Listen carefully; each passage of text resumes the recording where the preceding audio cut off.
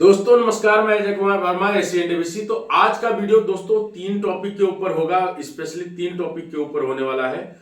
और इस वीडियो को आप लोग पूरा देखिएगा, अंत तक देखिएगा, क्योंकि दोस्तों अभी ना जो ठंडी चल रही है इस समय, भयानक ठंडी। मैं अभी आया हूं दोस्तों, ऊपर से जो जैकेट पहना था निकाला हूं, और अब जब कमरे के अंदर आया हूं, क्योंकि इसके अंदर ना हीटर की व्यवस्था है, तो ये कमरा जो है बहुत ही मस्त रहता है। इसके अंदर तो आप चाहो जैसे वैसे बैठ सकते हो, क्योंकि इसका टेम्परेचर जो दोस्तों 80 डिग्री फ़ारेनहाइट के नियर अबाउट कंटिन्यू रहता ही रहता है।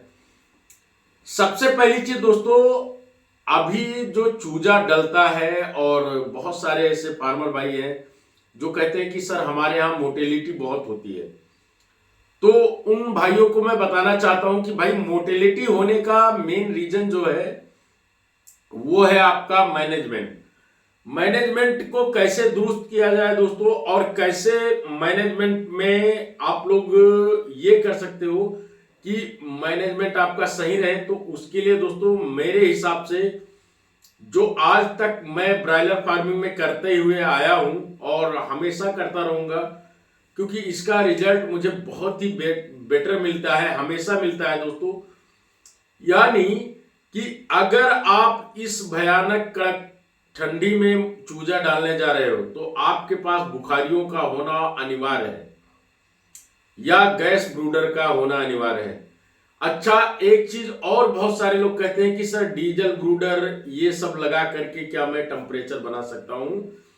तो दोस्तों ये सारी चीजें उस जगह के लिए ज्यादा बेटर परफॉर्मेंस देती हैं जहां पर आपका फैन लगा होता है। जैसे ईसी वाले फार्मों में ये जो गैस ब्रूडर है, डीजल ब्रूडर है, इनका काम वहां पे बहुत ही बेस्ट परफॉर्मेंस देता है। लेकिन ये मैंने देखा है नॉर्मल फार्म में, ओपन शेड में ये सब ज्यादा अच्छा काम नहीं करता है। तो अगर कोई फार्मर चूजा डालने जा रहा है, तो सबसे पहले उनको ध्यान रखना है कि भाई उनका जो टेम्परेचर है, टेम्परेचर कभी भी 90 डिग्री फ़ारेनहाइट से नीचे अगर आता है, तो समझ लीजिए कि बच्चे में वो ग्रोथ नहीं आएगी दोस्तों, जिसके लिए आपने डाल रखा है वो चीज आपको नहीं मिल पाएगी, मेरा दावा है। क्योंकि जब शुरुआत में आपका चूजा जितना फीड खाएगा, उतना फीड सिर्फ उसके बॉडी को गर्म करने के लिए जाएगा, तो फिर रिजल्ट कहां से आएगा। दूसरी चीज, अगर मान लीजिए कि आपने बहुत सारे हाइड्रोजन्स लगा दिए, उससे टेम्परेचर को मेंटेन कर रहे हैं, तो इतना भयानक पानी बनने लगता है, इतना ज्यादा अमोनिया वाष्पित होकर के जो आपके नीचे मतलब पानी होता है, वो एकदम ऊपर से टपकना शुरू कर देता है। सीलिंग से पानी नीचे को टपकना शुरू कर देता है, तो फिर कोई मतलब नहीं है इसका।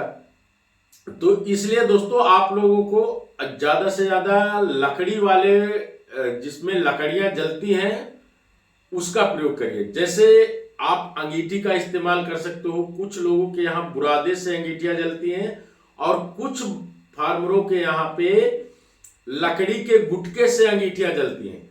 लकड़ी का जो गुटका होता है, या उसके जगह पे कोयला इस्तेमाल होता है, वो ना बेटर परफॉर्मेंस देता है दोस्तों। इसका प्रयोग आप लोग बेशक कर सकते हो। तो टेम्परेचर अच्छा रहेगा, आपका चूजा अच्छी तरह से खाएगा पिएगा, और दोस्तों गर्मी से अच्छा रिजल्ट आता है ठंडी में। ये तभी संभव हो पाएगा जब आपके यहां पे मोटिलिटी कम हो और बर्ड का ग्रोथ अच्छा हो। तो ये कब होगा? जब आपके यहां टेम्परेचर अच्छा होगा। आप दवा कम लगाओ वो चलेगा, लेकिन टेम्परेचर अगर कम कर दिए तो नहीं चलने वाला है, और रिजल्ट खराब हो जाएगा।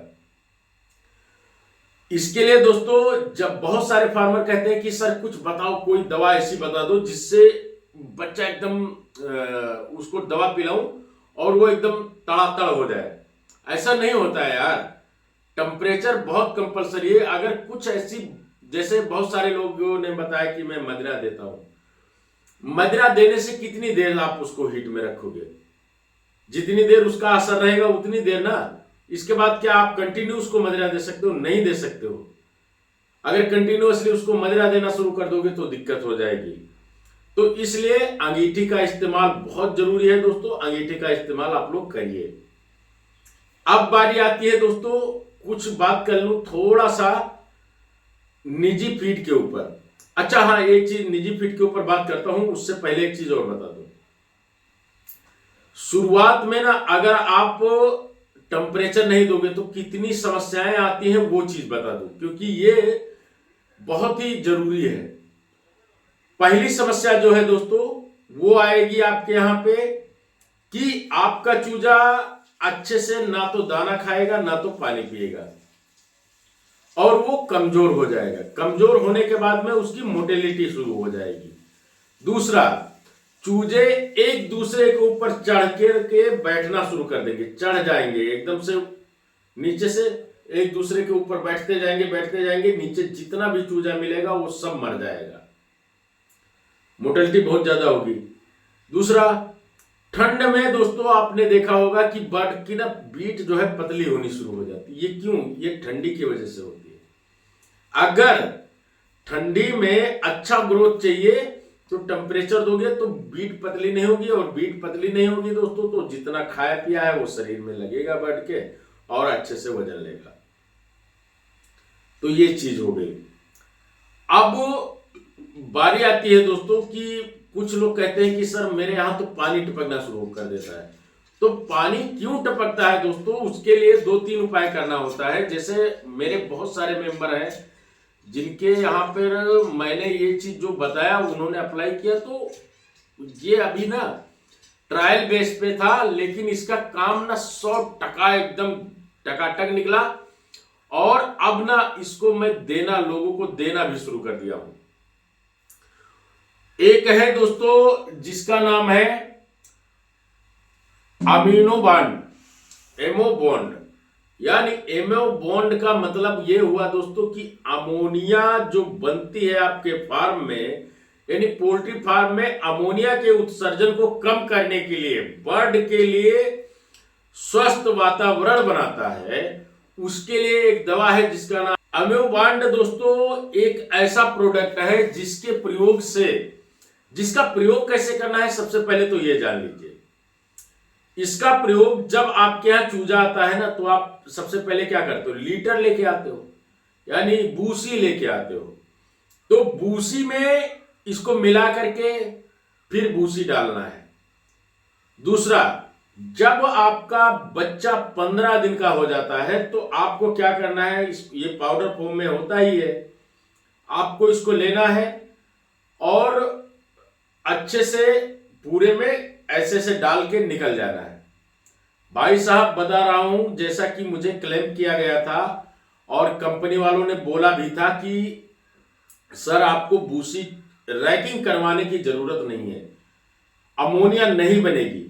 तो ये प्रोडक्ट दोस्तों इसीलिए ना, इसके बारे में मैं बहुत पहले ही वीडियो डाल देता, जब मैं बीच में रिजल्ट देख रहा था उसी टाइम डाल देता, लेकिन मैंने ऐसा नहीं किया क्योंकि मैंने सोचा था कि जिस दिन मेरा लाट उठेगा और लाट बेहतर जाएगी उसी के बाद में इसका मैं लोगों को बताऊंगा इसके बारे में।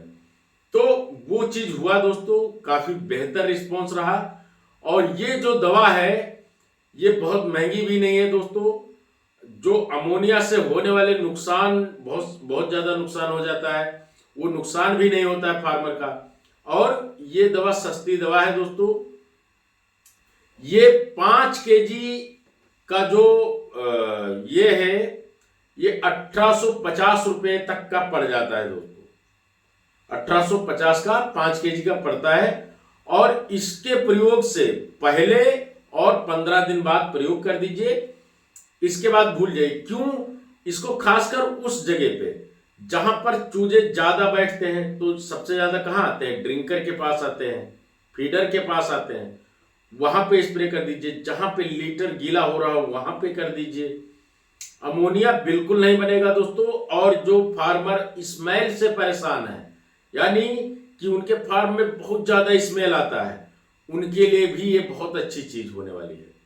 क्योंकि इस बार जो ये डलवाया था वो फार्म एकदम जो गांव के एकदम सटा हुआ जगह पे था, लोग अक्सर उसके लिए शिकायत करते थे कि सर कहते थे कि भाई बहुत गंदगी होता है अजय भाई।